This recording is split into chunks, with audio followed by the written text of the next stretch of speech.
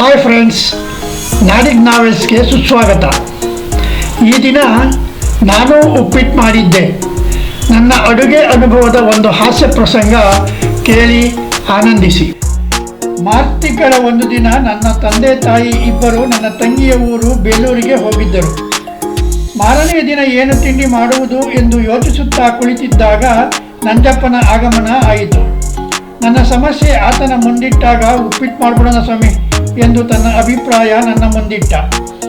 ಅಂತಹ ಚಿಕ್ಕ ಪುಟ್ಟ ಸಲಹೆಗಳನ್ನು ನಮಗೆ ಕೊಡುವಷ್ಟು ನಮ್ಮೊಂದಿಗೆ ಸಲಿಗೆ ಬೆಳೆಸಿಕೊಂಡಿದ್ದ ವ್ಯಕ್ತಿ. ಮೊದಲೇ ಉಪ್ಪಿಟ್ಟೆಂದರೆ ಮೂಗು ಮುರಿಯುವ ನಾನು, ಅದೇನು ಬಿಡಿ ಸ್ವಾಮಿ, ನಮ್ಮವ್ರು ಸೇತುವೆ ಕಟ್ಟೋದು ಜಲ್ಲಿ ಮಳ್ಳು ಎಲ್ಲನೂ ಗುಡ್ಡೆ ಹಾಕ್ಯಂಡು ಕಲಿಸಿದ್ರಂಗೆ ಕಲಿಸಿರಾಯ್ತು ಎಂದು ಆತ ಕೊಟ್ಟ ವ್ಯಾಖ್ಯಾನದಿಂದಲೋ ಅಥವಾ ಹಾಗೆಯೇ ಮಾಡಬಹುದೆಂದು ನಾನು ತಪ್ಪಾಗಿ ತಿಳಿದಿದ್ದರಿಂದಲೋ ಆತನ ಮಾತು ಸರಿ ಎನಿಸಿ ನಾನು ಕೂಡ ಉಪ್ಪಿಟ್ಟು ಮಾಡಲು ತೀರ್ಮಾನಿಸಿದೆ.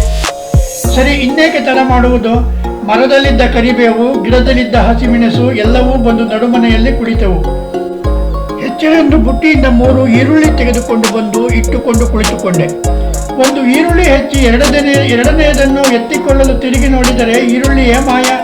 ಅಯ್ಯೋ ದಾಸಯ್ಯನ ಹೆಣವೆ, ಇಲ್ಲಿದ್ದ ಈರುಳ್ಳಿ ಎಲ್ಲಿ ಹೋಯಿತು ಎಂದು ಗೊಣಗುತ್ತಾ ಅದರ ತಲಾಶೆ ಮಾಡಲು ತೊಡಗಿದೆ. ನನ್ನ ಪರದಾಟ ನೋಡಿದ ನಂಜಪ್ಪ, ಏನ್ ಸ್ವಾಮಿ ಎಂದ. ಆತನಿಗೆ ವಿಷಯ ತಿಳಿಸಿ ಇಬ್ಬರೂ ಸೇರಿ ಈರುಳ್ಳಿ ಹುಡುಕಲು ನಿಂತೆವು.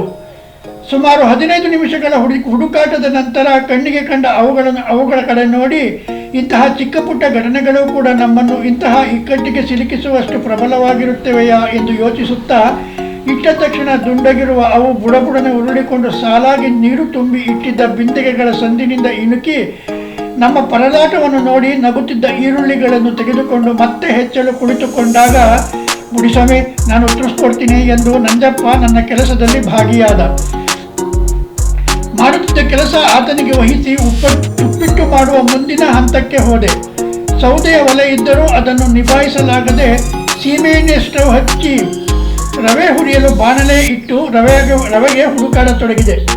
ರವೆ ಹುರಿಯದೆ ಉಪ್ಪಿಟ್ಟು ಮಾಡುವುದು ಅದರ ರುಚಿ ಕಮ್ಮಿ ಎಂದು ನನ್ನ ಅಜ್ಜಿ, ಅಮ್ಮ, ಚಿಕ್ಕಮ್ಮ ಹೇಳಿಕೊಟ್ಟಿದ್ದರಿಂದ ನಾನು ಮಾಡುವ ಉಪ್ಪಿಟ್ಟು ರುಚಿ ಕೆಡುವುದು ನನ್ನ ಅಹಮಿಕೆಗೆ ಸರಿ ಎನಿಸದೆ ರವೆ ಹುರಿಯಲು ತೀರ್ಮಾನಿಸಿದೆ. ರವೆ ಹುಡುಕಾಡುವಾಗ ಒಂದೇ ತರಹದ ಡಬ್ಬಗಳು, ಒಂದರ ಮೇಲೆ ಒಂದು, ಅದರ ಮೇಲೆ ಅದರದೇ ಮರಿಯಂತಹದು ಸಣ್ಣ ಇನ್ನೊಂದು, ಯಾವುದನ್ನು ತೆಗೆದು ನೋಡಿದರೂ ಒಂದೇ ತರಹದ ಪದಾರ್ಥಗಳು. ತಿರುಪತಿಯ ನಾಮ. ಒಂದು ಡಬ್ಬದಲ್ಲಿ ಒಂದು ಪದಾರ್ಥ ಇಟ್ಟರೆ ಆಗದೆ, ಅಮ್ಮನನ್ನು ಕೇಳಿದರೆ ಹೊಸ ಮೆಣಸಿನ ಪುಡಿ, ಹಳೆ ಮೆಣಸಿನ ಪುಡಿ, ಮಾಗಿದ್ದು, ಮಾಗದ್ದು, ಹುರಿದದ್ದು, ಹುರಿಯದ್ದು, ಹೀಗೆ ಅಂತೂ ಇಂತೂ ಶ್ರಮಪಟ್ಟು ಯಾವುದೋ ಡಬ್ಬದೊಳಗೆ ಪ್ಲಾಸ್ಟಿಕ್ ಕವರ್ನೊಳಗಿದ್ದ ರವೆಯನ್ನು ಹುಡುಕಿ ತೆಗೆದುಕೊಂಡು ತಿರುಗಿ ನೋಡಿದರೆ ಹುಚ್ಚು ನಾಯಿ ಹೇಳ. ರವೆ ಹುರಿಯಲು ಇಟ್ಟ ಬಾಣಲೆ ಕೆಂಪಗೆ ಕಾದು ಹೊಗೆಯಾಡುತ್ತಿದೆ.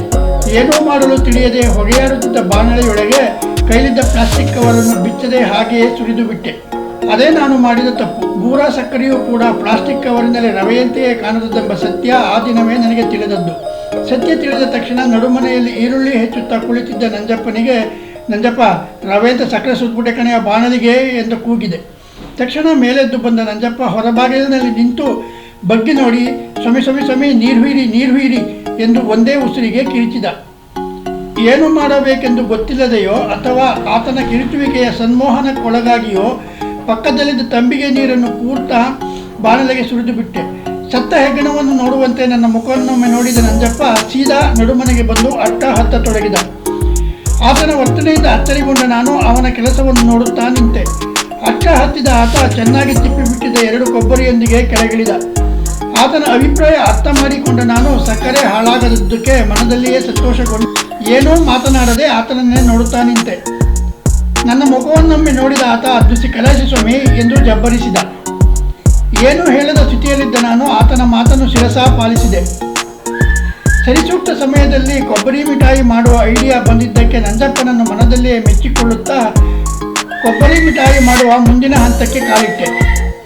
ತಟ್ಟೆಯೊಂದನ್ನು ತೆಗೆದುಕೊಂಡು ಅದಕ್ಕೆ ತುಪ್ಪ ಹಚ್ಚಿ ರೆಡಿ ಮಾಡಿ ಇಟ್ಟುಕೊಳ್ಳುವುದರೊಳಗೆ ನಂಜಪ್ಪ ಕೊಬ್ಬರಿಯನ್ನು ತುರಿದುಕೊಟ್ಟಿದ್ದ. ಕುದಿಯುತ್ತಿದ್ದ ಸಕ್ಕರೆ ನೀರಿಗೆ ಕೊಬ್ಬರಿ ತುರಿ, ಏಲಕ್ಕಿ ಪುಡಿ ಎಲ್ಲ ಸೇರಿಸಿ ಚೆನ್ನಾಗಿ ತಿರುಗಿಸಿ ತಟ್ಟೆಗೆ ಸುರಿದರೆ ಆದದ್ದು ಕೊಬ್ಬರಿ ಮಿಠಾಯಿ ಅಲ್ಲ.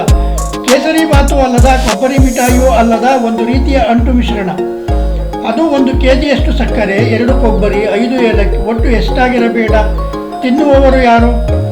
ಸುರಿದ ತಕ್ಷಣ ತಟ್ಟೆಯಿಂದ ಓತಪ್ರೋತವಾಗಿ ಹರಿದು ಹೊರಬಂದ ಆ ಮಿಶ್ರಣವನ್ನು ಹೇಗೋ ಸಂಭಾಳಿಸಿ ಒಂದು ಪಾತ್ರೆಗೆ ತುಂಬಿಟ್ಟೆ.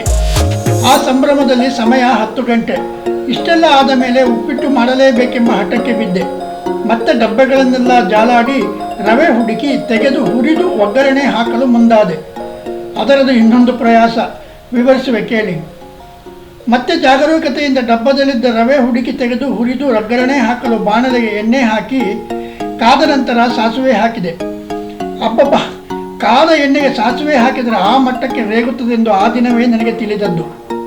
ಅಮ್ಮ ಒಗ್ಗರಣೆ ಹಾಕುವಾಗ ಸಾಸುವೆ ಪಟಪಟುವುದನ್ನಷ್ಟೇ ನೋಡಿದ್ದೆ. ಕಾದ ಎಣ್ಣೆಗೆ ಸಾಸುವೆ ಹಾಕಿದ್ದೆ ತಡ ಪಟಪಟನ ಸಿಡಿದು ಅದು ಪಂಚೆ ಎತ್ತಿ ಕಟ್ಟಿ ಚಕ್ಕಮಕ್ಕಳ ಹಾಕಿಕೊಂಡು ಪಟ್ಟಂಗವಾಗಿ ಕುಳಿತಿದ್ದನ್ನೆಲ್ಲ ಮುತ್ತಿಕೊಂಡು, ಆಹಾ ಶೂರ, ಬಹಲ್ಲರಿ ವೀರ, ಚಡ್ಡಿಗೆ ಓತಿ ಕಾಟ ಬಿಟ್ಟುಕೊಂಡವನಂತೆ ಕುಣಿಯತೊಡಗಿದೆ. ಅಷ್ಟರಲ್ಲಿ ಹೆಚ್ಚಿದ್ದ ಈರುಳ್ಳಿ, ಮೆಣಸಿನಕಾಯಿ ಎಲ್ಲವನ್ನು ಹಿಡಿದುಕೊಂಡು ನಡುಮನೆಗೆ ಬಂದ ನಂಜಪ್ಪ, ದೂರ ಕೂತ್ಕೊಳ್ಳಿ ಸಮಿ ಎಂದ. ಅಲ್ಲಿದ್ದ ಕೊಬ್ಬರಿ ಮಿಠಾಯಿ ಎಂದು ನಮ್ಮಿಂದ ಹೆಸರು ಪಡೆದ ಅಂಟು ಪದಾರ್ಥವನ್ನು ನೋಡಿ, ಇದ್ನೇನಪ್ಪ ಮಾಡೋದೀಗ ಎಂದು ಒಣಗಿಕೊಂಡು ಹೊರಗೆ ಹೋದ. ಸಾಸುವೆ ಸಂಭ್ರಮ ಮುಗಿದ ನಂತರ ಮೆಣಸಿನಕಾಯಿಯನ್ನು ಎಣ್ಣೆಗೆ ಹಾಕಿದೆ. ಮೆಣಸಿನಕಾಯಿ ಹಾಕಿದ ತಕ್ಷಣ ಥಿಸ್ ಎನ್ನುತ್ತಾ ಹಾರಿ ಬಂದ ಮೆಣಸಿನ ಬೀಜವೊಂದು ಅದನ್ನೇ ನೋಡುತ್ತಾ ಕೈಯಾಡಿಸುತ್ತಿದ್ದ ನನ್ನ ಕಣ್ಣಿನಲ್ಲಿ ಆಶ್ರಯ ಪಡೆದಿತ್ತು. ಹೇಗಿರಬೇಡ ನನ್ನ ಪದೀತಿ. ಹೇಗೋ ಒದ್ದಾಡಿಕೊಂಡು ಒಗ್ಗರಣೆ ಹಾಕಿ ಮುಗಿಸಿ ಅಮ್ಮ ಹೇಳಿಕೊಟ್ಟ ಅಳತೆಯಂತೆ ನೀರು ಬೆರೆಸಿ ಅದನ್ನು ಕುಡಿಯಲು ಬಿಟ್ಟು ಆಚೆ ಬಂದು ನೋಡಿದರೆ ನಂಜಪ್ಪ 4-5 ಜನರೊಂದಿಗೆ ಬಡಬಡನೆ ಒಳಬರುತ್ತಿದ್ದಾನೆ. ನನಗೋ ಇವನಲ್ಲಿ ನನ್ನ ಮರ್ಯಾದೆ ಹರಾಜು ಹಾಕುತ್ತಾನೋ ಎನ್ನುವ ಭಯ.